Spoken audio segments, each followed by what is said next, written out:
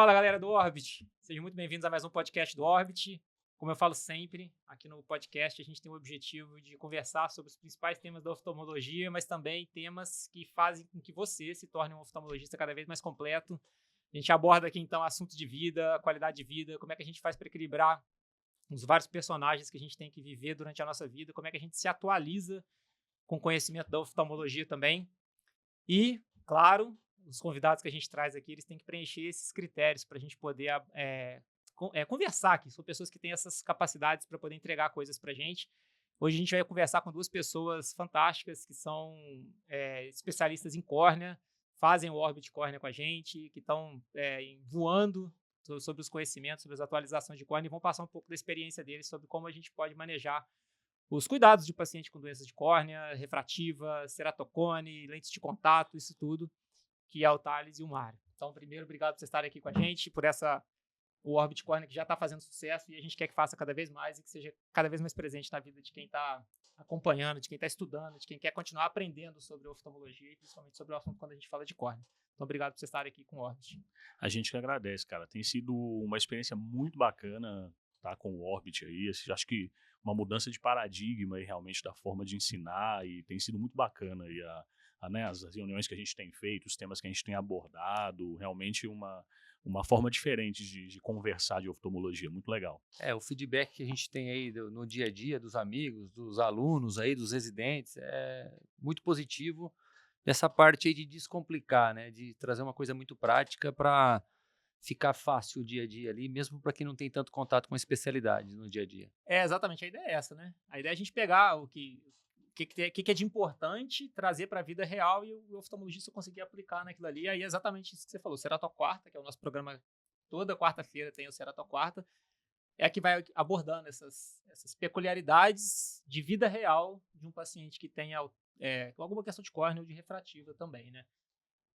Então é isso. Assim, eu vejo que a gente tem uma oportunidade de poder ensinar, de transmitir. Na verdade, não é nem ensinar, acho que ensinar é uma palavra forte para isso. Na verdade, é trocar conhecimentos, Exatamente. né? Trocar experiência, porque o negócio é bem horizontal. A gente pede opinião, a plateia ajuda, a gente vai aprendendo um com o outro e aí todo mundo vai se atualizando, né? Então, esse que é o objetivo da gente ter as reuniões científicas, o conteúdo todo que a gente faz no Instagram, Ceratoquarta, tem caso clínico, tem artigo científico, enfim, isso tudo aí. E desmistificar a córnea, né, cara? Assim, tem, né, o cara às vezes quer de outra especialidade, a gente mesma coisa vocês fazem na retina, eu adoro assistir o que vocês fazem lá, porque assim, muita coisa que eu tenho no consultório, às vezes, né, pra gente não é o nosso dia a dia, mas, poxa, ajuda bastante. E a nossa ideia é exatamente essa, assim, a parte de córnea, tem muita coisa que dá para você não sendo, né, especialista de córnea fazer e tentar melhorar também para quem é especialista de córnea, né? Desmistificar, tem muita coisa que dá para fazer no consultório, dá para usar no dia seguinte sem,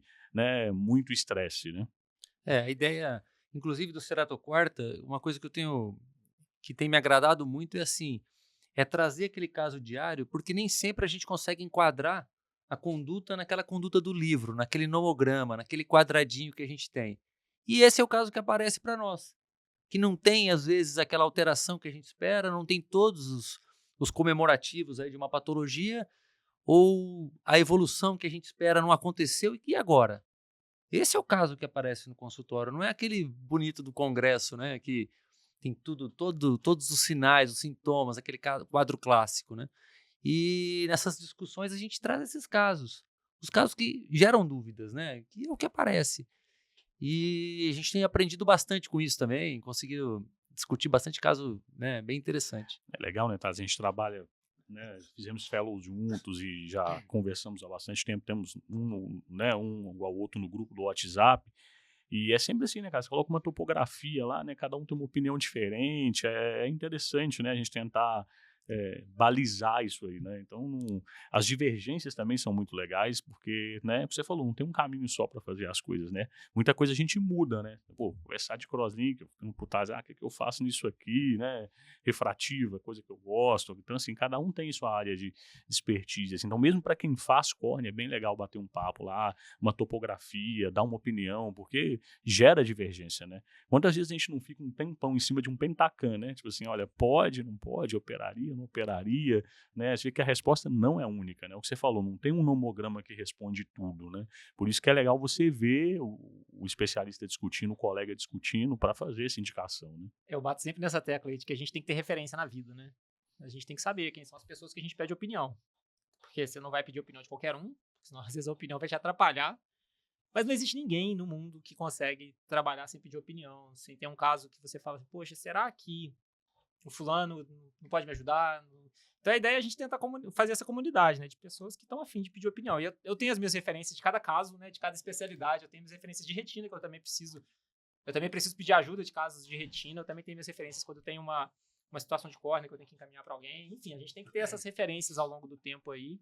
E tem que ser referências positivas, não adianta nada alguém que realmente não vai nos ajudar, né? Tem que ser alguém que ensina de verdade, que você confie e que na hora que você mandar um caso, alguma coisa assim, ela vai realmente dar uma opinião positiva. E córnea tem algumas peculiaridades legais, por exemplo, refrativa, por exemplo, né?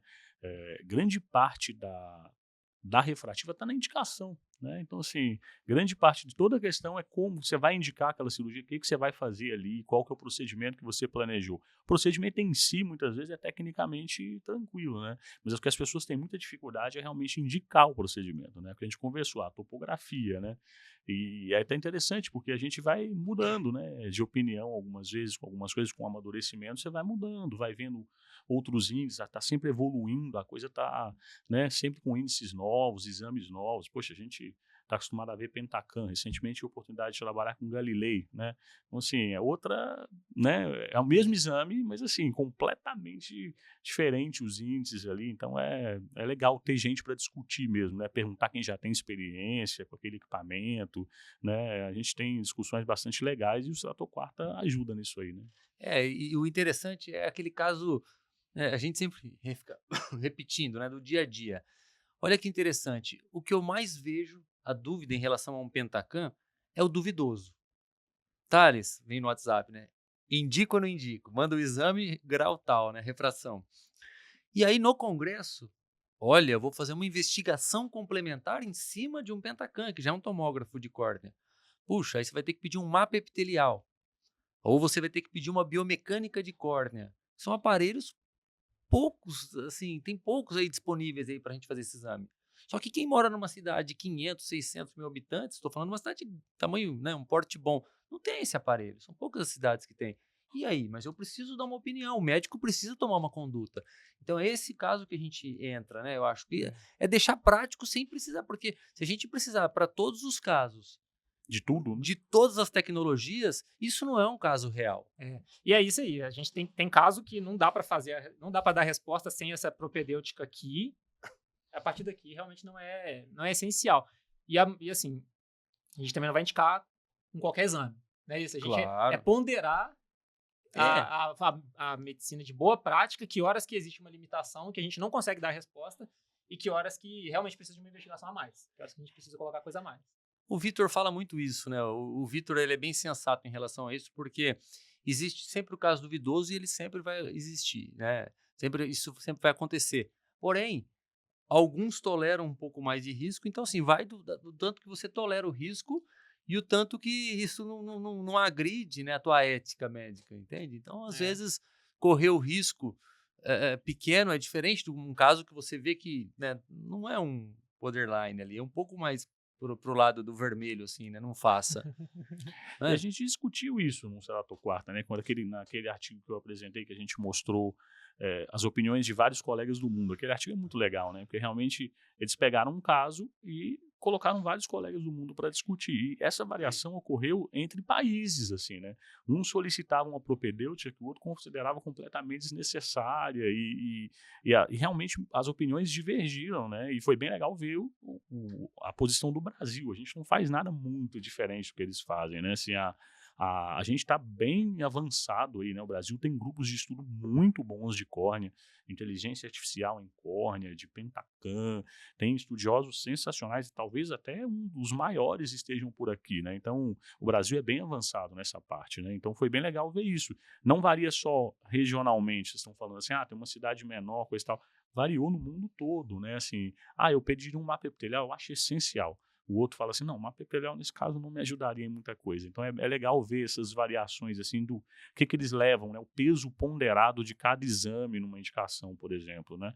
E ver que muitas vezes também o cara que pediu tudo, ele teve uma indicação muito semelhante ao cara que pediu exames mais simples, assim, não modificou a conduta, os exames que ele pediu, né? Então nem sempre tudo é necessário mesmo, né? Uma coisa que eu acho muito interessante, a gente, né, que recebe, assim, toda semana, né, Mário, olha, muitos casos. E aí, o que que eu faço? Faço o PRK, faço o LASIK, olha esse caso de anel, que anel que eu coloco? Que espessura, qual o tamanho, enfim. O que eu sempre falo, principalmente em relação à refrativa, para esses médicos, é assim, a gente tem que ponderar uma tolerância dentro do sensato, porque tem gente que acaba meio que querendo indicar demais e ninguém fala não. E eu falo isso para todo mundo que me manda um caso duvidoso. Eu falo, olha, o papel aceita tudo. Esse Aham. exame que você está me falando, eu posso falar qualquer conduta, entendeu? E muita gente faz isso. Não, num congresso ou numa discussão de caso, eu faria isso, eu faria aquilo. Será que no dia a dia faria aquilo mesmo? Assim, porque o caso duvidoso, né, eu sou a pessoa que eu gosto de trabalhar com risco baixo. A minha tolerância é o risco baixo. Então, o caso duvidoso, muitas vezes eu falo não. Agora não. Talvez vamos, né, fazer um follow-up e precisar indicar mais para frente. Mas tem gente que não, que quer indicar e fazer, né, acaba passando muito ali a linha amarela ali, né, dessas indicações. Isso me preocupa às vezes. Em relação à refrativa, o que vocês veem que teve assim de avanço nos 10 anos para cá, assim, que fizeram, que foi assim aquele divisor de água que realmente mudou a conduta para indicar mais ou para ter mais segurança de indicação? O que mudou refrativo é fento, cara. Fento, assim, na minha cabeça, fento é uma coisa sensacional.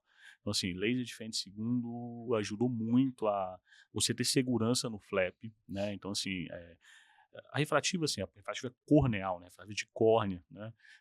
A gente tem ali, tinha cirurgia de superfície, né? Tem gente que fala assim, só faço cirurgia de superfície. Eu sempre converso assim, eu acho que se existem duas técnicas, devem ter indicações para cada uma, né? Então, assim, só fazer PRK, eu acho que o cara perde algumas coisas, algumas indicações que ele poderia ter, né? E só LASIK também não está certo. Tem situações em que o PRK é indicado, mas na minha cabeça, assim, na minha prática, o que eu acho que mudou tanto para refrativa quanto para anel, qualquer cirurgia corneal, cara, fento é um divisor de águas.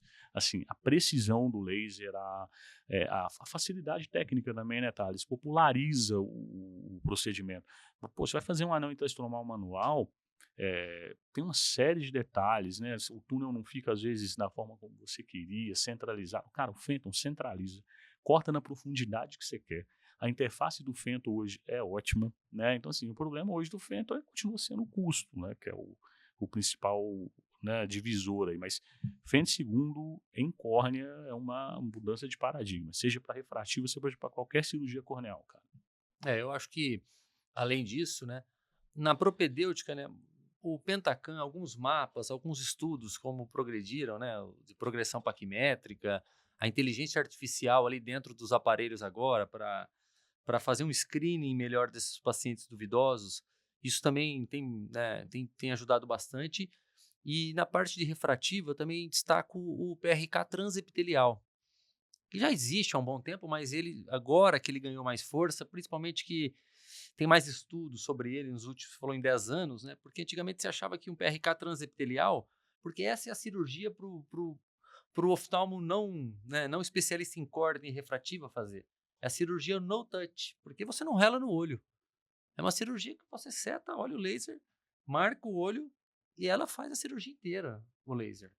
Então o PRK transepitelial também é uma cirurgia que trouxe bastante segurança e aumentou, né, encorajou os médicos não especialistas a começarem a fazer o procedimento cirúrgico. Mas isso você fala em termos de segurança do cirurgião ou em termos de segurança do paciente? Ou, claro que uma coisa tem a ver com a outra, lógico, né? Eu acho que pela facilidade técnica do cirurgião, Uhum. né, em relação a segurança do procedimento, ele é seguro, os estudos mostram bons resultados. Os oftalmologistas que eu tenho contato, pelo menos mais antigos, né, muitos acham que muito laser na córnea, assim, você faz muito tempo de laser, pode, enfim, causar um pouco mais de raise, porque realmente o tempo do PRK transepitelial até ele consumir o tecido epitelial, ele demora relativamente bastante, né, Mário? Tem discussões também em relação à espessura do epitélio, né? Por a espessura do epitélio não ser uniforme, então, teoricamente, cirurgia refrativa é uma cirurgia de precisão, né? Então, a ideia você não sabe, o laser, né, tem várias programações diferentes para fazer, né, o trans-PRK, né, e a quantidade de epitélio que ele vai tirar, né, lembrando que o epitélio é mais fino no centro, um pouco mais espesso na periferia, tem alguns lasers que fazem, né, 50 micras no centro, 60 micras na periferia, outros fazem uma coisa já uniforme. Então, assim, tem discussões também em relação à precisão de não ficar hipocorrigido ou hipercorrigido, porque a espessura epitelial não é a mesma em todo mundo, né? Então, assim, é uma cirurgia legal, acho bacana, mas, assim, um trans-PRK não difere muito de um PRK, né? Acho que, assim, o que afasta um pouco a questão de você não touch, de fato, você não ter que desepitelizar mecanicamente, né? Mas, poxa, quem sabe desepitelizar de forma química também é muito fácil. E mesmo a desepitelização mecânica, se você for fazer, é fácil fazer uma desepitelização mecânica. O problema do PRK tudo refrativa, né? A indicação, né? Assim, a curvatura vai ficar boa, tem tecido suficiente para eu fazer essa cirurgia, né? E os cuidados, né? Esse olho é mais seco, a superfície desse olho é boa, esse olho não tem um histórico de herpes, né? Vai epitelizar, e o estresse do pós-operatório, né? Então, o PRK, o que afasta as pessoas do PRK não é nem a indicação, nem o intra, é o pós, né? Porque uma cirurgia relativamente dolorosa, o paciente queixa um pouco, mas tem as formas de diminuir a dor, né? Tem as formas de fazer com que você consiga levar aquele PRK de uma forma mais tranquila, né? Então, o que eu percebo isso muito, o que afasta, às vezes, um cirurgião que não faz córnea do PRK é o pós-operatório. Ele morre de medo, o epitélio não está fechando direito, e agora? Né? Aparece um infiltrado, o cara reza para todos os santos, né? Assim, ele fica desesperado. Então, assim, tem os seus detalhes, como é que eu manejo o corticoide, né? Como é que eu vou fazer esse pós-operatório do PRK, né? Como que eu vou saber quando eu vou medir essa visão, né? Porque, assim, o problema é quando epiteliza, não fica regular o epitélio. Então, o paciente queixa, né? Então, assim, você saber explicar, não, calma, é assim mesmo, tem esses detalhes. Isso a gente, acho que o trans-PRK é muito legal no intra. Mas eu acho que eles ainda têm muito medo do pós-operatório, né, de córnea, assim, né, é complicado. Isso é reprodutível, né? Dá para ensinar, dá para aprender Dá. esse pós aí, essa paciência, essa calma. Isso é prática também, né? À medida que você vai pegando prática, você vai entendendo qual é a velocidade de recuperação, em termos visuais, em termos de raise, em termos de opacidade, enfim, dá pra gente acompanhar isso daí sem apavorar. Sem susto, isso. Sem susto. Você sabe o que está acontecendo. Por exemplo, você vai operar uma catarata, você sabe que se tiver um edema no primeiro dia de pós-operatório, tá tudo bem. Não tem estresse nenhum. Você olha aquele baita edema e você fala, poxa, não era para ter acontecido, mas calma lá, tá tudo bem, é só o primeiro dia. Então, essa dinâmica do pós-operatório é uma coisa também que é importante. Acho que é exatamente essa ideia, assim, sabe? Você foi preciso aí na questão da catarata. É isso mesmo, Você tem um edema no pós-operatório imediato, você não está preocupado. Você tem um edema com 30 dias, você está bem preocupado. Exatamente. Então, assim, é você entender onde estão esses limites aí, né? E a questão da epitelização mesmo. Acho que o que mais eles queixam, assim, é uma reação inflamatória importante, mesmo que controlada, mas, né, não deixa de ser, né? Entender o raise, entender como diminuir o raise, como tratar o raise. Tem coisas novas aí, né, em relação a raise pós-refrativo, o colírio de losartan, né? Eu estou até usando em alguns casos. Vamos ver como fica, né? Depois eu documento e levo lá no Ceratoquarta para a gente poder ver, né? Que é uma coisa bacana. A questão da mitomicina, quando usar, quanto tempo usar, tem os seus detalhes, né? Então, assim, como toda cirurgia em oftalmologia, é simples, mas como o Vitor fala, né? Não existe cirurgiazinha, né? Tem muita coisa que tem que dar certo para que a coisa transcorra de forma correta, né? Semana passada eu recebi uma foto de um caso, foi feito um anel de Ferrara, na verdade um anel intraestromal com técnica manual. E quando você faz técnica manual, tem muita manipulação, principalmente na incisão.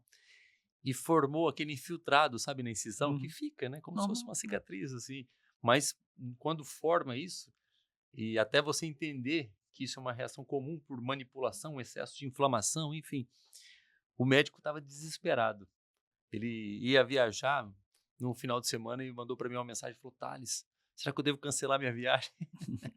Então, assim, você vê que essas dicas práticas de manejo, de indicação cirúrgica e o pós-operatório, porque muita gente fica pensando em indicar num intraoperatório Só que na córnea, né, tem muita dica do pós-operatório, sabe? Tanto no manejo de refrativa, no pós-operatório de anel, quando avaliar, né, uma visão de um paciente, como tolerar, né, e considerar como normal aquela queixa do paciente, dependendo da técnica cirúrgica que foi abordada, e entender também que existe também a variação pessoal. Tem Uhum. paciente que tem mais tolerância à dor, tem paciente que tem menos, mas claro que a gente já tem todo um parâmetro para entender o que está próximo do normal, né? É por isso que eu falo do Fenton como quebra de paradigma, né? Muito legal assim, cara. Você faz um LASIK com o Fenton, o paciente do outro dia ele tá 20/20. Não é brincadeira, assim, sabe? Você realmente vê o resultado e você fala, não é possível. Você mede a visão e o paciente acorda de manhã, abre o olho e fala, poxa, eu vi o despertador, e ele já sai falando que assim, foi a melhor cirurgia que eu fiz na minha vida. Então, assim, por isso que eu acho que o Fenton tem o LASIK tem essa característica, né? O pós-operatório do LASIK é muito mais palatável, né, do que o pós-operatório do PRK. E esses flaps finos, né? Você fazer um flap aí de 110 micra, cara, 50 micra é epitélio. Praticamente não tem estroma ali. Então, assim, são cirurgias muito boas, quando bem indicadas, lógico, mas o resultado é muito rápido e muito interessante, né? Até sobre isso era um ponto que eu ia perguntar para vocês, né? Assim, a nosso objetivo não é nunca a gente tem uma linha do que pode ser feito, do que é seguro, do que é justo, enfim. E a gente não pode pisar do lado de lá. Nunca. A gente vai poder pisar do lado de lá. Mas eu queria ouvir a experiência de vocês no impacto de qualidade de vida que vocês veem dos pacientes que têm vontade de operar. E aí vou até dividir a pergunta separando por idades. Uhum. Por exemplo, uma pessoa de 18 anos, como é que é o manejo para vocês? Porque é uma pessoa que... Como é que você acompanha aquela questão de progressão de grau ainda naquela idade? Uma pessoa com 35 anos, uma mulher grávida, enfim, alguns padrões de paciente que a gente consegue identificar no nosso dia a dia. E o que vocês escutam de feedback, né?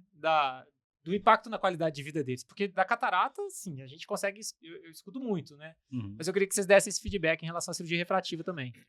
Cara, eu acho assim, eu acho interessante assim, você falou primeiro o público mais jovem, assim, né? Então, assim, primeiro uma cirurgia refrativa, a gente começa a considerar no público geral a partir dos 21 anos de idade. Antes disso, raramente a gente pensa, até por estabilização de ametropia, né? Acho que a única situação que a gente realmente, pelo menos no meu caso, assim, eu pondero operar pacientes que têm idade menor do que isso é para concurso. Né? Então, assim, eu tenho um negócio que eu coloco lá, eu tenho um canal lá focando na vaga, onde eu discuto alguns editais de concurso. Eu sou militar, então, assim, a pessoa quer entrar, por exemplo, da escola naval, e ela está com 16 anos e tem uma ametropia que não encaixa no edital. Poxa, você vai deixar de operar a pessoa e ela vai entrar ali e ela vai perder a chance de fazer aquela prova que ela não pode fazer depois, né? Não é uma coisa que ela vai poder fazer. Então, nesses casos, tem toda uma conduta especial. Porque assim, você vai planejar uma cirurgia, economizando o máximo de córnea para poder fazer um possível retoque caso seja necessário, você já orienta a pessoa sobre isso. Então, acho que esse público, a gente começa a conversar da cirurgia habitual a partir de 21. Né? Então, 21 anos é onde você começa a pensar em estabilização de ametropia para poder operar, né?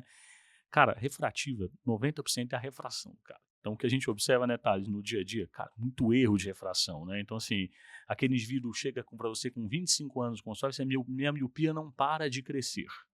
Aí você vai examinar o paciente, dilata o cara já está hipercorrigido 2 graus no óculos, assim, sabe? Estão mantendo um espasmo. Né? Então, muito daqueles pacientes que estão com dificuldade de estabilização de grau, a gente precisa realmente saber, poxa, esse grau está realmente evoluindo. Né? A gente observa pequenas evoluções, mas não é uma coisa absurda assim depois dos 21 anos. Tem pacientes que vão evoluir até mais tarde? Tem, não é, né, matemática a coisa. Mas via de regra, cara, 21, 22, 23 anos, se você conhece o paciente, já acompanhou, você vai ter uma estabilização de ametropia, né?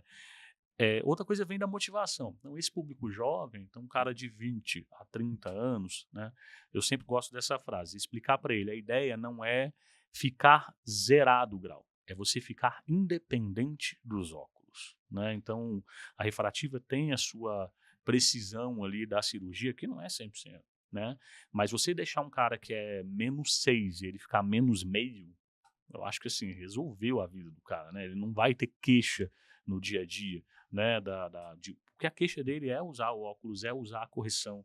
É aquele paciente que trabalha com a imagem, por exemplo, né, que fica incomodado com lente de contato, é o médico que dá plantão e está com a lente de contato à noite, aquilo atrapalhando a vida dele.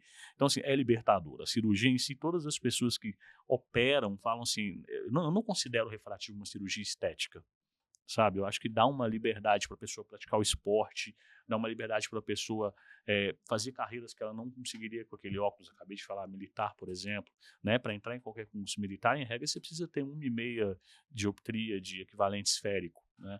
Então, tem que ser um grau baixinho, vai dar para você entrar lá com seu óculos de -3, né? Então, nesse público eu vejo muito isso, é a questão laboral, né? Então, assim, o cara que trabalha com imagem, o óculos atrapalha o que ele faz na função, né? Tem, lógico, a questão da vaidade, da pessoa que não quer usar os óculos, que incomoda. Tem muita coisa em relação à superfície também, né?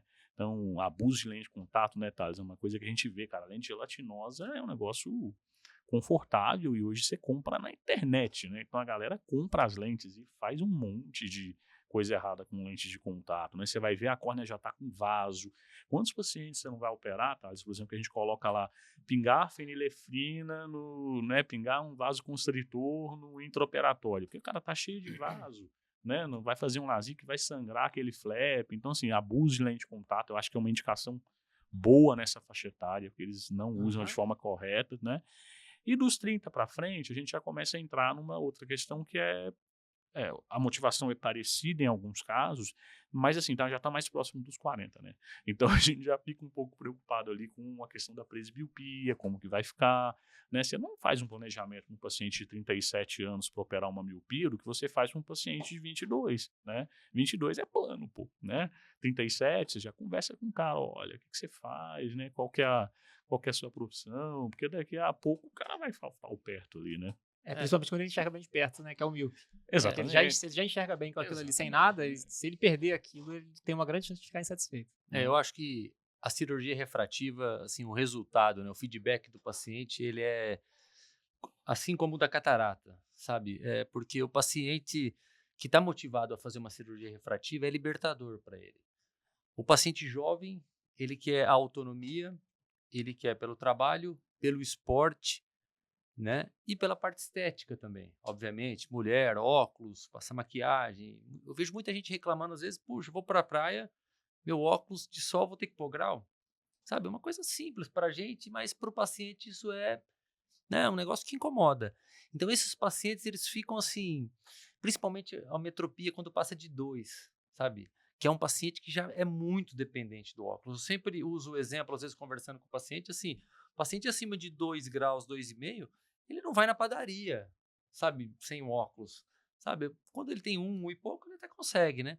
Agora, o paciente que tem uma alta a metropia, passando de 5, 6, esse paciente, assim, ele vai te adorar para o resto da vida, né? Porque eles ficam muito felizes, mesmo que fique um grau residual, porque um paciente que tinha, às vezes, 5, 6, 7 graus de miopia, se ele ficar com meio, 0,75, e o mais interessante é que a gente consegue prever e já customizar a cirurgia dele no sentido que, se ele está mais próximo dos 40 anos, eu vou corrigir um pouquinho para dar essa liberdade para ele mais tempo da questão da visão de perto, certo? Então, o míope é um paciente que ele tolera menos, né, uma inversão, um shift aí muito hipermetrópico, no sentido que ele fica hipermétrope depois da cirurgia. Porque ele sempre enxergou bem de perto. Por mais que você converse bem com ele, ele vai querer no pós-operatório ter aquela mesma visão de perto. Então a gente tem que tomar muito cuidado para não virar, né, esse grau, ou seja, de uma miopia, a gente causar uma hipermetropia através de uma hipercorreção. E por outro lado, o paciente hipermétrope, né, principalmente o paciente hipermétrope que começa a entrar na presbiopia, a gente tem bastante flexibilidade, consegue trabalhar bastante no planejamento desse paciente. Porque o hipermétrope já é um paciente que aceita bastante variação ali na correção, porque o hipermétrope não enxerga bem, nem para perto nem para longe. Então, a gente consegue trabalhar, customizar essa indicação cirúrgica dele e esses pacientes ficam muito felizes, né? O paciente mais, que eu acho que mais, entre aspas, perigoso, assim, de a gente ter que conversar mais, é quando ele está perto dos 40 anos. Principalmente para não ter essa mudança, o míope próximo dos 40, não hipercorrigir, Porque a partir dos 40, quando ele já viu o problema acontecer, que é a presbiopia, aí a gente já começa a induzir monovisão modificada, a gente começa a pensar em técnicas. Inclusive, eu não gosto de falar em monovisão para os pacientes, né, porque parece que é um olho só, né? Eu falo muito, né, báscula, porque para o paciente não é intuitivo para ele quando você fala monovisão. Assim, talvez é um termo que eu tomo um certo cuidado. E na faixa etária, a partir dos 50, 55, eu fiz recentemente um retoque num paciente, num presbita, que já tinha feito cirurgia de catarata, e ele queria uma independência maior para óculos. Né? Então a gente faz pequenas correções, conversa com o paciente, e o mais simples de tudo, né? Quando você tem dúvida, é uma cirurgia relativamente, né, definitiva. Você pode às vezes fazer um retoque, mas quando a gente tem dúvida, faz um teste com lente gelatinosa. Coloca uma lente nesse paciente e deixa esse paciente 2, 3, 4, 5, 6 horas. Às vezes eu pego pacientes, Mário, eu gosto de fazer isso. Como eu tenho no consultório, né, várias lentes de teste, eu pego e falo, puxa, a gente está planejando, você está numa idade que a gente tem que pensar no perto e no longe, né, no presbita. A gente pode customizar, só que a gente depende da neuroadaptação desse paciente, da tolerância dele e da profissão dele. Então, o que eu faço? Coloco a lente no grau que eu vou programar. E eu falo, vai para casa e volta no final do dia. Entendeu? A maioria das vezes, né, pela experiência, o paciente volta já falando, não, é isso mesmo que eu quero. Isso facilita. Isso facilita muito, sabe? O que é bem combinado, né? Não sai caro, né? Não sai. Não, essa dica é a vantagem da questão de trabalhar com a lente de contato, é isso, que você consegue mostrar para o paciente o que vai acontecer, né? Se ele não gostar também, só tirar a lente de contato. Não é perfeito, assim, né? Assim, depois também, eu sempre falo isso. Eu acho interessante fazer um paralelo com a catarata, com o que a gente faz com lentes premium, lentes multifocais, trifocais, né? Assim, existe uma discussão enorme quando indicar, quais são os perfis, né? E essa discussão a gente faz na refrativa também, que é o que a gente está conversando. Assim, você leva essa discussão de uma faixa etária que não tem catarata para uma faixa etária, né, mais jovem, né, que é dos 20 aos 40 ali, né? A refrativa faz exatamente isso, né? Então, discutir questão de distâncias de trabalho, profissão do cara, sabe, se é motorista, como é que vai ficar o olho esquerdo para o retrovisor, não é? Tem todos esses detalhes que a gente são discussões muito parecidas com o que a gente faz para operar uma cirurgia de catarata depois dos 50, 60, o que quer que seja, e você traz isso para a córnea ali, né? E aí eu sempre comento, por exemplo, você vai fazer, por exemplo, um paciente tem 37 anos, vai corrigir, por exemplo, um dos olhos, vai fazer uma báscula, né? Se você faz dessa forma, faz a báscula, nada impede que o paciente não se adaptou, nada impede que você corrija aquele olho depois. Agora, se você já deixa plano, não tem jeito, é a mesma coisa, né? Assim, sei lá, você vai colocar uma lente, dá para fazer um piggyback de lente, dá para colocar uma lente intraocular, dá para você mexer ali depois naquela refração. Agora, tem coisas que vão te cercear, vão deixar você, não vai ter mais opção a partir dali, né? Então, esse feeling do que fazer, da forma, né, de escalonar o tratamento também é legal, né? A gente está levantando uma bandeira recente no Orbit, que é exatamente isso que a gente está falando aqui, que é entregar independência de óculos para pessoas que podem receber isso. E isso vale, quando eu falo que podem, assim, a gente tem que ter muito cuidado para não exagerar nas indicações, mas quando tiver as indicações, a gente fazer com segurança, né? Entregar aquilo ali, porque muda muito a qualidade de vida da pessoa, né? Você falou um exemplo muito simples aqui, que é olhar o despertador quando acorda. É isso aí. Sabe uma muito simples. Sabe uma coisa legal, cara? Assim, os pacientes falam, o Thales falou do grau da metropia. Tem um outro exemplo que eu acho clássico, assim, doutor, olha, o fato de eu nunca mais perder o óculos na minha casa é uma coisa que me deixa numa alegria, porque o cara -6, cara, ele perde o óculos em casa. Ele não sabe onde tá, ele não sabe onde ele deixou. Já ajuda, né? E ele não consegue achar o óculos. Então, assim, poxa, é limitante, né? É aquilo que a gente comentou. A pessoa que abusa de lente de contato, o cara pede uma pizza no prédio, aí ele vai pegar, ele não tem um óculos, aí ele tem que levantar, colocar a lente de contato para poder ir buscar. Então, assim, é limitante, sabe? Então, tem o que eu falo, a satisfação do paciente é muito grande. E é igual, cara. O paralelo com a catarata, eu acho que é igual, assim, né? A catarata se tornou uma cirurgia cada vez mais refrativa, né? A gente quer um target, quer um alvo, quer uma forma de planejar. E a refrativa já faz isso há muito tempo, né? Então, assim, é a mesma coisa. A gente tem margens, tem formas de trabalhar, né? Tipos de ablação, né, Thales? Então, vai fazer uma ablação esférica, asférica, como é que vai ser essa ablação? Isso tudo dá para ser trabalhado para ficar melhor para perto, melhor para longe. Como é que vai ser essa queixa do paciente à noite? Qual o tamanho dessa pupila, né? Então, tem uma série de detalhes ali e a cirurgia é personalíssima. É isso que é legal, assim, você pegar uma série de parâmetros, fazer um checklist desses parâmetros, conversar com o paciente, entender o que ele precisa, o que ele quer, qual a expectativa dele e adequar com o que a gente consegue fazer, né?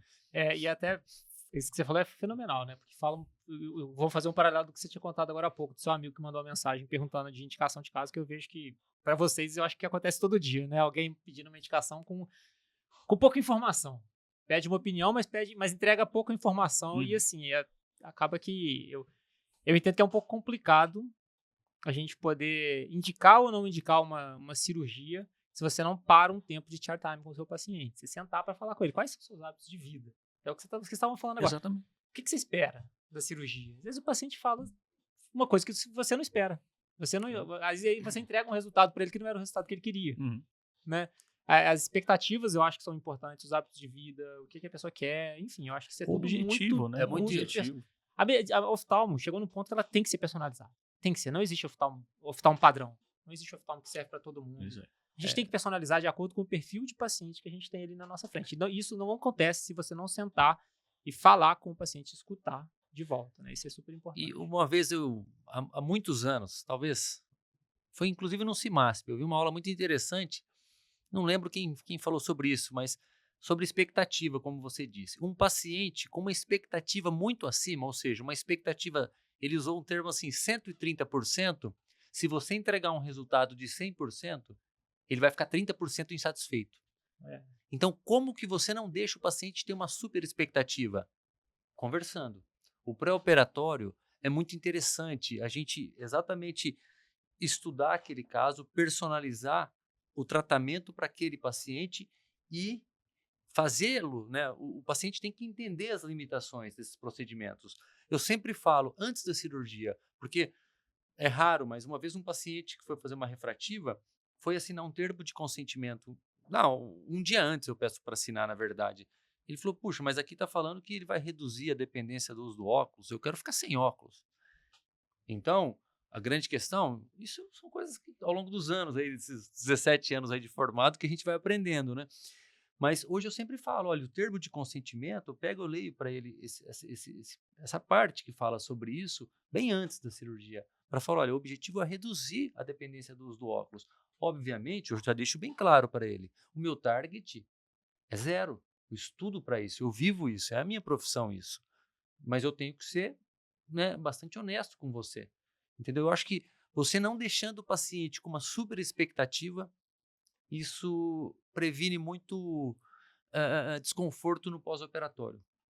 Né? Uma coisa interessante também que a gente estava falando sobre as indicações e o feedback do paciente. Se a gente parar para pensar que um paciente que tem uma metropia de 6, 7 graus, como o Mário disse, ele vai perder o óculos às vezes. Ou, por exemplo, se ele vai para uma praia, se ele vai viajar longe, às vezes uma viagem longa para outro país, ele não pode levar um óculos só. Então, se por ano ele fizer 2 óculos, fica às vezes mais caro que uma cirurgia refrativa. Então não tem porquê, né, ele não, pelo menos pensar, né, nesse tipo de tratamento definitivo para o olho dele. Né? Porque além da independência, hoje em dia a gente tem que falar sobre isso. A questão financeira também é muito importante. A gente saber lidar com isso, porque muitos pacientes às vezes fazem óculos, né, extremamente caros. E eu acho que isso daí é uma coisa a ser falada como objeção do paciente na hora de fazer uma cirurgia. Ele vai falar assim, poxa, doutor, a cirurgia custa tanto? Caro, hein? Custa tanto. Quanto você pagou no seu óculos, né? Mas pensa quantos óculos você vai deixar de fazer. Aquela lente de alto índice que você pagou lá pra ela ser mais fina, né? Quanto que custa, né? Eu vejo também uma indicação que é médica, sabe? Assim, eu sempre, né, a gente que é especialista de córnea, cara, assim, a gente respeita a lente gelatinosa, né, Thales? Eu acho que, assim, é uma coisa que a gente precisa conversar, né? Porque a gente pega as complicações, né? A gente pega as úlceras, a gente pega as acantamebas, a gente pega os pacientes com vascularização. Então, assim, cara, vamos respeitar a lente gelatinosa. não é brinquedo. Um cara com uma alta metropia, que -6, -7, coloca uma lente espessa no olho, por mais que o material seja bom, coisa e tal, cara, o cuidado tem que ser muito grande, o risco é importante, sabe? Uma úlcera é uma coisa, a córnea é um tecido nobre, né? Então, uma úlcera causa uma sequela que muitas vezes é definitiva. Então, o que eu vejo hoje é uma banalização. Eu acho que eu fico muito feliz quando eu opero um paciente de cirurgia refrativa que ele estava abusando de lente de contato, sabe? Eu sinto assim, poxa, salvei mais um de um risco, sabe? Tem pacientes que eu juro, você vai até passar por isso. Você olha e fala assim, cara, como que não aconteceu nada até hoje? Porque o cara faz tudo errado, tudo errado. O uso é completamente inapropriado. Esses aí, quando eu tenho que explicar, que eles não entendem. Aí o que eu explico pra eles é assim, eu falo, fulano, isso que você tá fazendo é igual dirigir bêbado. Na maioria das vezes não dá nada, mas se der, você não pode reclamar. Exatamente. Você não pode reclamar, porque você tá fazendo tudo errado. E aí pode dar errado por quê? Porque você pode ser pego pela polícia, porque você pode atropelar alguém, porque você pode bater e morrer, porque você pode se machucar. Aí tem vários jeitos de dar errado, né? Porque eles não entendem o que pode dar errado numa lente. Mas eu falo isso com eles, você tá dirigindo bêbado. Se você fizer isso durante 20 anos, o que você acha que vai acontecer? Uma hora vai dar alguma coisa. Cara, e cada hora uma lente com uma curvatura, um material diferente. O cara compra a lente na internet, compra onde é mais barato. O cuidado com a lente é absurdo, né? Soro fisiológico, não usa nada, aí vira uma bagunça, não respeita o prazo.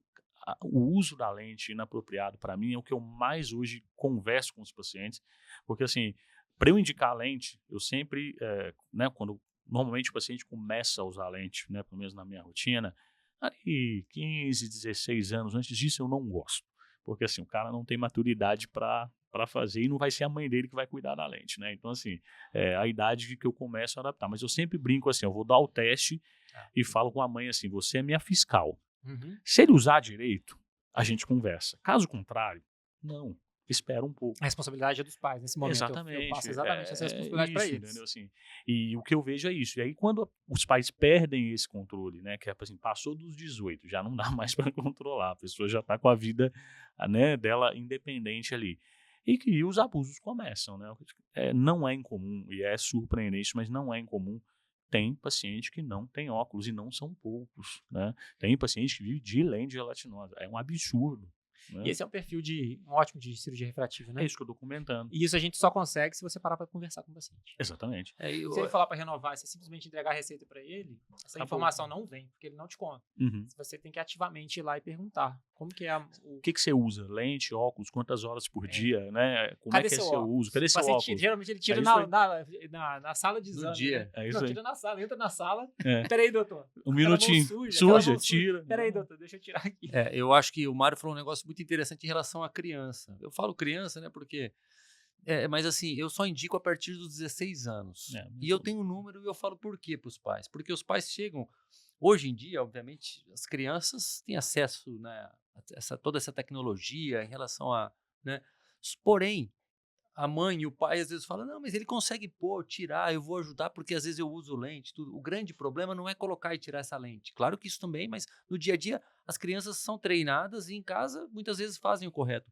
O problema é quando está na rotina e, por exemplo, cai um cisco no olho, cai um corpo estranho no olho, cai alguma coisa. A criança não vai falar, peraí, deixa eu lavar minha mão, vou enxugar para tentar mexer na lente ou olhar. Não, onde ela está, ela vai, nossa... O menino estava jogando futebol, caiu alguma sujeirinha, ele vai pôr a mão suja no olho. São esses os momentos que eu acho que a imaturidade fazem grande diferença aí para o paciente não cuidar correto dessa lente. Outra coisa em lente que eu acho muito interessante, não faz parte da minha rotina, eu não indico, assim, né? Lente anual. Lente de uso anual. Eu não gosto. Eu não gosto, não indico. E quem usa eu peço para trocar pelo menos por uma mensal. Hoje a gente tem lentes de troca diária. Entendeu?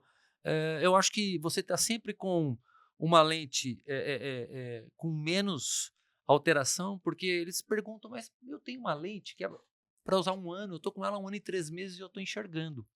Porém, a lente com o tempo, ela muda o quê? Eu falo isso para os pacientes, ela muda as características físico-químicas dela. Então, por uma questão até de eletronegatividade, alteração de superfície, acumula mais muco, ela fica com uma certa irregularidade, agride o igual, né? Menos oxigenação muitas vezes, às vezes agride o epitélio e aí sim cria uma porta de entrada para algum micro-organismo que muitas vezes não entraria nessa lente. Então, Eu não indico, não faz parte da minha rotina, lente anual. Isso entra também um pouco na minha conduta, tá, gente? Não tem certo nisso, mas, por exemplo, uma coisa que eu não indico, por exemplo, é lente para mudar a cor do olho, por exemplo. Eu não acho que vale o risco, né, de você usar uma lente de contato, porque eu falo, quem faz córnea respeita a lente. Eu acho que essa frase assim, impactante, porque a gente pega as complicações. Então, assim, eu não indico, por exemplo, né? Lente anual, Thales, eu só vejo assim, tem casos em que a gente não consegue o grau, né? A metropia. Então, no Brasil, a gente ainda tem uma certa limitação, principalmente de astigmatismo, de cilindro que a gente consegue passar. Então, talvez a única indicação que ainda exista seria aqueles casos de astigmatismo mais elevado, que o paciente usa uma lente tórica e não vai ter a troca mensal para ele naquela refração que ele tem, né? Mas eu também concordo com você plenamente. E aquilo que falou, da mesma forma que a gente falou em personalizar a cirurgia refrativa, a gente pode conversar em personalizar o uso de lente, né? Então, um cara é triatleta. O cara tem que nadar, correr e andar de bike. Poxa, vai de lente de troca descartável, troca diária para fazer aquele exercício, né? Então, assim, tem formas de personalizar isso também, né? Recentemente teve um paciente de consultório, o menino é até engraçado, que tem 12 anos, ele é gigantesco, né? E ele tá jogando, tipo, basquete profissional. Assim, ele quer usar lente, como é que ele faz? Ele vai jogar basquete, estava usando aqueles óculos com um elástico, entendeu? Não é muito confortável. Assim, 12 aos. Aí o que eu falei, personalização. Então tá bom, você vai usar uma lente de troca diária só para jogar, beleza? Acabou, tira, joga fora e vida que segue. Então, personalizar o uso de lente também entra muito no que a gente conversou, né? Conversar com o paciente. Lente de contato também hoje tem uma nuance que você consegue personalizar um monte de coisas, né? Outra coisa muito interessante é o paciente que às vezes chega e fala assim, eu falo, olha, você usa lente? Uso. Aí eu abordo, né? Até tenho escrito algumas orientações sobre lente para dar para o paciente. E às vezes ele fala assim, não, doutor, pode ficar tranquilo que eu uso minha lente só de vez em quando. Só que essa lente fica guardada Isso é um desastre. 10, 15 dias sem trocar a solução, né? Então eu sempre falo, eu abordo muito, eu sou muito incisivo com esses pacientes para lente de troca diária. Se você usa pouco, você vai usar uma lente diária, não pode ficar essa lente parada sem trocar essa solução. E uma coisa que eu sou extremamente chato, eu sempre uso um exemplo assim, eu falo assim, você chega na sua casa, você lava a mão para tirar o sapato? Todo mundo fala não. Então, por exemplo, você chega, tira o sapato, tira a sua roupa, suja, né, da rua, enfim, e vai lavar a mão no banheiro. Muitas vezes você deixou o estojinho da lente ali no meio da pia. Então, a mão que você pegou no sapato, você pega no estojinho fora, coloca para o lado e lava a mão. Então, o que estava no sapato foi para o estojo. Então, eu falo, como você abre a lente?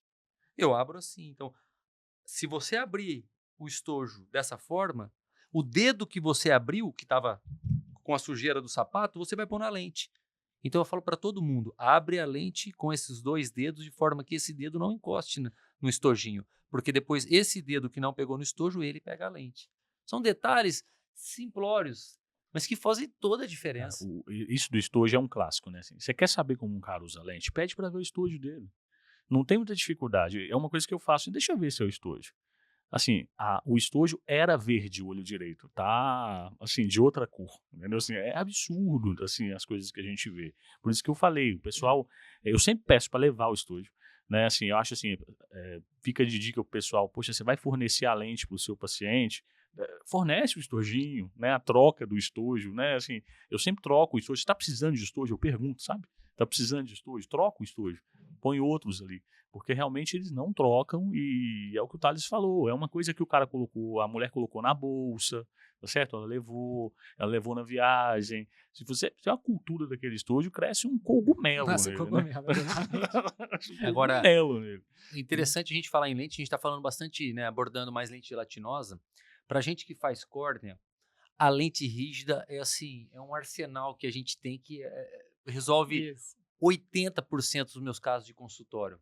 Pacientes com ceratocone, porque muitas vezes os pacientes chegam, falam, olha, eu vim com uma indicação de anel, porque você é especialista em córnea, porque eu sou intolerante à lente. Eu falo, não, mas vamos trabalhar melhor, vamos fazer mais um teste, porque hoje em dia a gente consegue customizar essas lentes com mais de uma curva, tamanhos, diâmetros diferentes, enfim, é uma infinidade de tipo de lente de contato que a gente tem, e isso resolve. não é incomum, claro, eu estou falando de um ceratocone até moderado, assim, né? Esse paciente ficar 20/20, assim, de uma forma feliz, assim, um 20/20 reprodutível, né? Não é também aquele 20/20 pisca, 20/40, pisca, 20/30, pisca, sabe? Não. Então, a lente de contato rígida num paciente com ceratocone resolve, traz uma reabilitação visual fantástica para esses casos. A gente tem desde uma lente simples, esférica, até lentes asféricas com mais de uma curva, enfim, até finalmente chegar numa lente escleral. A lente escleral trouxe também, né? A gente estava falando de uma coisa nova na córnea que foi o Uma trouxe, mudança de paradigma, que você mudou pergunta, o que mudou lente em a córnea? lente Lente escleral. escleral. Porque a lente Isso. escleral, ela regulariza qualquer córnea. Você pode ter uma córnea totalmente deformada. Se você vai colocar um líquido e esse líquido preenche toda, né, aquela região e a parte da frente é uma lente escleral, isso regulariza praticamente todas as córneas. Então, para a gente que gosta de operar e fazer anel, né, se você não tomar cuidado, você faz só lente escleral e indica pouco anel.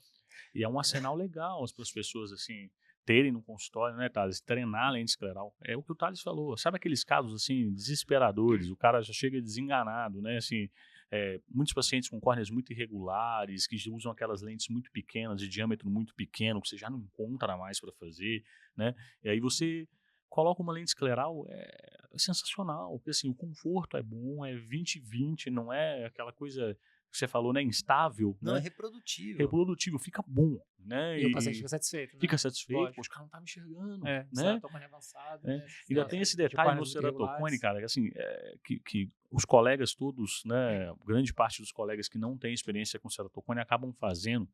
Cara, o que tem de paciente com ceratocone que ele chega no consultório e o médico fala com ele, óculos para você não resolve. Eu tenho uma birra disso, porque assim, cara, o paciente precisa de um óculos. Mesmo que ele tenha uma lente escleral, o óculos, ele vai tirar a lente escleral. É o que a gente comentou, respeita a lente, ele não vai usar aquilo o tempo todo, né? Então, com óculos, ele não fica 20/20, mas sem o óculos, ele é conta-dedos. Com o óculos, ele é 20/60. Poxa, faz uma diferença brutal na vida do cara, né? Ele consegue chegar em casa, o Thales falou, tirar o sapato, tirar a lente, descansar. Então, assim, isso também é uma coisa que a gente aborda. Vamos prescrever óculos para os pacientes com ceratocone também, né? Assim, não fica perfeito com os óculos, não vai corrigir, não vai dar o 20/20 que você quer, mas, cara, pro cara é uma boa Até pra gente muleta. poder usar esse argumento de que ele tem que tirar a lente quando chega em casa pra Exato, poder descansar. exato. Senão a gente mesmo não respeita esse argumento, né? Olha, o mais comum no consultório, quem faz córnea, o cara chega e fala assim, olha, me falaram que óculos não resolve, não é assim que funciona? Né? Não, me falaram que óculos para mim não serve. Cara, óculos para você serve. Você precisa ter um óculos, né? Você precisa corrigir essa miopia, esse cilindro. Logicamente, às vezes o óculos não vai ser confortável, não vai ser estético, né? Então tem os detalhes também, os segredos de prescrever essas refrações, né? E fazer com que o paciente tenha pelo menos um plano B, sabe? Um plano B para, sei lá, ele precisa, é o que a gente comentou, o cara quer chegar em casa, ele quer assistir uma televisão, cara. A lente, ele não quer ficar de lente de contato naquele momento, e 20/60 para ele tá legal, ele coloca lá e se resolve a vida dele, né? Ele se ajusta. Eu acho também assim, tem uma outra questão, eu sempre trago o lado financeiro. Existe hoje em dia contraindicação financeira, às vezes, da lente de contato. Porque um par de lente escleral é muito caro, e aí vai entrar no mesmo, né, tema do óculos. Muitas vezes o paciente também, dependendo do caso, ele faz uma, duas lentes esclerais, já ficou mais caro que uma cirurgia de anel. Então, para alguns casos que o anel realmente vai ser bem, quase que, né, definitivo, assim, você vê que vai tratar muito bem, a gente consegue, né, planejar uma cirurgia. A cirurgia de anel, o planejamento resolve, né? A gente consegue entender os casos que a gente vai resolver quase que totalmente aquele ceratocone. Então, esses casos indicam anel, sabe, para o paciente. Porque tem paciente que às vezes não quer ficar também usando, colocando a lente de contato todo dia. Então, a córnea, né, é uma especialidade que a gente tem que a todo momento fazer uma escolha. Uhum. Ou você vai usar uma lente de contato, ou eu vou indicar o anel, ou eu vou indicar uma cirurgia, por exemplo, transplante, ou enfim, vou indicar um crosslinking. A todo momento existe, né, aquela intersecção ali de tratamento, e que vai muito da experiência expertise, né? do pessoal, do médico. Mas ele deve conhecer todos os tratamentos para poder oferecer para o paciente. Porque uma lente escleral, troca uma, duas, três vezes, aliás, passa e passa bem de um preço de uma cirurgia de um anel, né? Sem dúvida. Então, por que não um anel nesses casos? Porque não um anel e depois você vai conseguir passar um óculos mais confortável, o cara vai Isso. ficar bem. Então, é isso. A gente tem que customizar o paciente a todo momento. A gente tem que conversar e fazer essas escolhas junto com ele, né? Ele tem que participar da decisão. Não, tudo bem. Acho que a colocação que você colocou é perfeita, né? Tá ótimo. Mas como é que a gente fornece subsídio para o médico conseguir fazer essa personalização? Então, a gente... Aí o médico que fala assim, entendi o que você falou, tá? Eles concordam, mas agora eu quero pensar aqui, como é que eu vou aprender e colocar essa informação em termos práticos para mim? O que você acha que a pessoa tem que estudar? Como é que ela aprende? Enfim, como é que você resolve o problema do médico agora? Que é o médico que quer entrar com essa linha de raciocínio que você está falando. Aí ele precisa partir para um estudo, fazer algum tipo de planejamento ou uma especialização mais prolongada ou algum curso específico para esse tipo de tratamento. Para um paciente do tipo de doença aí como o ceratocone, para ele entender as limitações de cada técnica e a intersecção entre elas. Né? Para poder... Porque, assim, existem os números que a gente tem mais ou menos nas publicações, porém a gente tem que conversar com o paciente. Porque assim, um paciente que tem um grande poder financeiro, ele não se incomoda em trocar de lente todo ano. Um paciente que às vezes, né, não tem uma condição tão, né, mais, né, enfim, ele se queixa de ficar trocando a lente de contato. Então, é o que eu estou falando, além de conhecimento técnico, a gente precisa dessa abordagem, dessa discussão junto com o paciente. Entendeu? Agora o conhecimento técnico, né, a dúvida, aí a gente tem que fazer curso, né, sobre isso, para entender, né? Eu acho que assim, eu sempre comparo com um degrau, sabe? Assim, é interessante, o Vitor, né, que participa com a gente, tinha acho que era você que falava muito isso, né? Você brincava, falava assim, no meu CRM ele é muito jovem, não é? Você tinha essa tirada assim, até hoje. Não, esse negócio aí, o meu CRM é muito jovem para fazer assim. Primeiro entender que todas essas técnicas que nós estamos conversando, né, são córnea. Então, assim, isso eu acho importante. Eu acho que deve acontecer na retina também, você pode contar para nós. Assim, o cara ele só quer fazer injeção intravítrea. Tá certo? Cara, retina é retina, né? Então a gente está conversando assim, tudo isso que a gente está conversando é córnea. Então a ideia é assim, você precisa entender de córnea para poder começar a pensar em coisas mais complexas, né? Tem degraus que são fáceis de serem delimitados, né? Então assim, tá dentro das indicações das cirurgias, né? Então nesse paciente não dá para fazer um anel. Né? Isso tem degraus que são fáceis. As interseções é que são difíceis, né? Que são mais complexas, é o que você falou, customizar. Né? Eu vejo a pessoa que está começando córnea hoje, né? A forma de fazer, né? A córnea ela expandiu muito. Né? Então, assim, você tem cirurgiões de córnea hoje que não fazem muito ceratocone. O cara vive muito mais de transplante, de um DMEC, por exemplo. Né? É outra pegada. Né? Tem cara que faz só ceratocone, ou tem uma experiência maior nesse ceratocone. Tem um indivíduo que trabalha mais com a parte de cirurgia refrativa. Tem colegas que trabalham muito com córnea clínica. O que o cara faz é úlcera, olho seco, virou especialidade separada, praticamente, um monte de coisa que vai surgindo. Então, assim, tudo é córnea. Se você começa, aqui as habilidades, parece com a cirurgia de catarata nesse aspecto, assim, né? Você precisa de uma habilidade muito superior para colocar uma lente monofocal, uma lente premium? Não, assim, tecnicamente falando, não. Cirurgicamente, não. Né, assim, no pré-operatório, não vai mudar muito, né? Mas, poxa, e as habilidades que você precisa ter para fazer esse meio de campo, né? Então, é exatamente isso, assim. Um indivíduo que opera uma cirurgia de anel, por exemplo, vamos mudar um pouco, um indivíduo que faz um transplante lamelar anterior, faz um DALC, ele faz anel, cara. Né? Então, assim, a habilidade técnica em si ali não vai mudar muito, né? Então, eu acho que a dica que a gente dá para as pessoas, assim, começa a seguir os degraus, né? Então, assim, poxa, aprende a fazer uma boa refração, prescrever um óculos com ceratocone, por exemplo. É complexo, não é uma habilidade, não é autorrefrator. Você passa a faixa, tesoura, né? Assim, não é um negócio, né? Aprende a fazer essa parte. Aí depois você, agora vamos lá, vamos aprender lente de contato. Vamos começar com a escleral, né? Você aprende com a sua caixa de lente esférica, né? Que resolve 80% dos casos. A caixa mais simples resolve a grande maioria dos casos. É impressionante. Pronto, você ganhou um arsenal, né, terapêutico.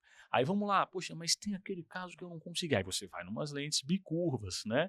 E aquele caso, poxa, não para nada. Aí você tem a escleral, né? Aí depois sim, você pode indicar a escleral de cara, mas poxa, você já passou por uma curva, você já pegou várias, você sabe fazer uma lente esférica simples, né? Aí vem a parte cirúrgica, a mesma coisa, né? Pô, o Thales aí do Crosslink, muitas pessoas banalizando o procedimento, né, Thales? Então, assim, poxa, não, peraí. Antes de fazer um crosslink, você sabe olhar uma evolução? Você sabe detectar uma evolução de um ceratocone? Ou o cara chegou com ceratocone no seu consultório? É cross. Não, assim funciona, né? Então, aprende a detectar uma evolução, aprende a olhar o exame. Aí, opa, vamos indicar o crosslink. Tá, beleza. Agora, quais são os tipos de crosslink que eu preciso ter? O que difere fazer um crosslink de fazer um PRK, por exemplo? Tem mudança nenhuma, a técnica é a mesma, são coincidentes ali do ponto de vista de o que você vai fazer mecanicamente, né? Então, as pessoas ficam muito preocupadas com o degrau técnico e esquecem que o arsenal você vai ganhando, quando você ganha um arsenal, imediatamente, praticamente, você teve acesso a outro, sabe? Você aprendeu a fazer o crosslink, cara, o PRK tá ali, tá assim, tá do lado, entendeu? Você aprendeu a fazer um DALK, o anel manual tá ali. Se você faz um flap com fente segundo de LASIK, o anel com fente segundo está ali. Então as coisas estão próximas, não estão tão distantes. Porque fica parecendo que assim, você precisa, poxa, agora eu vou aprender a fazer anel. Aí você adquire só aquela habilidade. Não, quando você começa a operar anel, você adquire um monte de habilidades que são coincidentes. Então não é tão complexo assim, não parece. Parece que a curva é maior, mais íngreme do que parece. A dificuldade está muito mais realmente na indicação do que no procedimento em si. Você abordou o crosslinking. Eu recebo também alguns casos sobre crosslinking, porque o crosslinking é um procedimento, tecnicamente, né? A gente consegue fazer de forma tranquila, porém a evolução. É comum, às vezes, você está fazendo um crosslinking para não acontecer uma evolução, certo? E o médico faz o crosslinking e depois vai acompanhar. Só que é comum, às vezes, nos primeiros meses, a córnea encurvar. Parece que piorou. O médico que não tem contato, né, não teve todo, como o Mário disse, né, todo aquele conhecimento, né, da área, ele acha que está piorando, ele fica desesperado, entendeu? Então, assim, a gente tem que entender, né, esses detalhes que são relativamente simples, mas que fazem toda a diferença. Por exemplo, às vezes, qualquer opacidade de córnea, por mais que seja uma opacidade leve, que a gente não está vendo tanto ali na biomicroscopia, isso pode, no exame tomográfico, simular uma córnea muito afinada. Então, muitas vezes, outro dia, o médico mandou uma mensagem para mim: Thales, eu fiz um crosslink num caso, acho que era 460 micra a espessura da córnea, no pré-operatório, tudo. E acho que 4 meses depois ele falou que estava 340. Ele falou: o que está acontecendo com essa córnea? Será que eu. Falei: não. É o Tem exame. haze, tem alguma coisa, né? Então, são coisas. Então, assim, é fácil fazer, mas a gente tem que saber indicar e, principalmente, saber sistematizar o pós-operatório. Com que mês que eu peço uma tomografia de córnea? Com qual mês que eu faço uma refração? Eu trago um pouco da área militar, eu brinco com o pessoal assim, cara, não dá pra você atirar de fuzil antes de você aprender a atirar de pistola, entendeu? Assim, treina direito uma coisa, não pula passos, né? Se você pula alguns passos, vão fazer falta pra você, né? Então, assim, eu faço crosslink, mas não sei acompanhar a evolução, tá certo? Ou, né, eu faço refrativa, mas só faço PRK e tem casos que eu encaminho. Então, assim, tenta melhorar o seu arsenal, isso vai te ajudar, vai melhorar a sua segurança naquele anterior, né? E é o que você falou, assim, dá pra chegar nesse passo. Desde que você saiba o passo a passo, dá pra subir os degraus, né? Dá. Você não consegue chegar no 10º degrau sem subir o primeiro, né? sem subir o primeiro, a não ser que alguém te coloque lá. Só que se te colocar lá, vai faltar coisa para trás. Vai faltar faltar coisa para trás. Então, existe uma metodologia, um porquê da ordem acontecer, e é importante que seja respeitado isso daí, sendo a mensagem que tem que deixar também é que é acessível. Dá para chegar lá, desde que você saiba qual é o passo a passo certo para a gente conseguir fazer de uma forma segura para o paciente, em primeiro lugar, mas para a gente também. Pra gente não ficar desesperado quando acontece alguma coisa. Eu falei, porque não faz sentido ficar preocupado. Aquela preocupação desnecessária que não Quer ver uma justifica. coisa básica de córnea clínica? A gente brinca, né, Thales? Assim, qualquer prova de córnea que você for fazer, qualquer lesão que aparecer, se você responder herpes, você tem 50% de chance de acertar, né? Cara, você vai operar a córnea e você não sabe tratar um herpes corneal, não faz o menor sentido. Qualquer coisa que você for fazer, tá certo? Assim, qualquer coisa, você foi fazer um pterígio, foi encostar na superfície ocular, tá certo? Você sabe tratar caso aquilo ali, né, apareça um dendrito ou fuja do padrão. Então, assim, é básico, é uma habilidade que vai te ajudar em tudo, né? Então, por isso, né, de legal o que a Orbit faz, o que a gente está fazendo, tipo assim, pô, você assiste no Ceratoquarta lá uma coisa sobre herpes, aprendeu aquilo ali, poxa, você vai usar. Vai aparecer, tá certo? Assim, vai aparecer no seu consultório. Não vai ser o cara que vai chegar e falar assim, olha, eu tô com essa lesão aqui no olho. Não, é a cirurgia que você fez, que fugiu um pouquinho do script que você estava esperando e você detectou que aquilo era um herpes e você consegue resolver. Então, o que eu falei, esses arsenais podem ser usados em múltiplas ocasiões. Não é uma coisa assim, aprendi a tratar herpes. Eu não vou tratar herpes. Quando é que vai aparecer herpes para mim? Meu consultório não aparece herpes. Cara, vai aparecer na cirurgia que você for fazer, vai aparecer né, na sua lente de contato, na sua catarata que você fez, tá certo? Num ponto de socorro, num PS que você está às vezes atendendo. Então tem esses detalhes, né? Massa demais, moçada. Obrigado. Acho que o bate-papo foi bem enriquecedor. A ideia é essa, né? A gente tentar passar para frente o conhecimento que a gente tem, mostrando que existe uma forma de se pensar, existe um porquê das coisas acontecerem e que essas coisas são acessíveis para quem tem vontade de aprender, né? Para quem tem vontade de estudar, o conhecimento está aí. É só esticar o braço e pegar, né? Acho que a mensagem é essa. Uma mensagem aqui é isso, né? Se esse podcast trouxe mensagens boas para você, uma coisa bacana, encaminha para o seu amigo, encaminha para aquela pessoa que precisa receber essas dicas de duas pessoas que têm muita experiência em córnea refrativa, ceratocone, lente de contato e todo esse universo do segmento anterior. São pessoas que estudam muito. O Orbit Córnea é uma entidade que está trazendo bastante conhecimento sobre esse assunto de segmento anterior. E se tiver algum amigo que você sabe que vai se beneficiar desse podcast, encaminha e pede para seguir a gente lá no orbit.cornea no Instagram. E o canal do YouTube é o do Orbit Med mesmo. Então, a gente está todo mundo junto lá. Todas as especialidades do Orbit lá estão juntas lá dentro. Um abraço para todo mundo. Obrigado, Thales. Obrigado, Mário. Um abraço. Até a próxima, moçada. Tchau, tchau.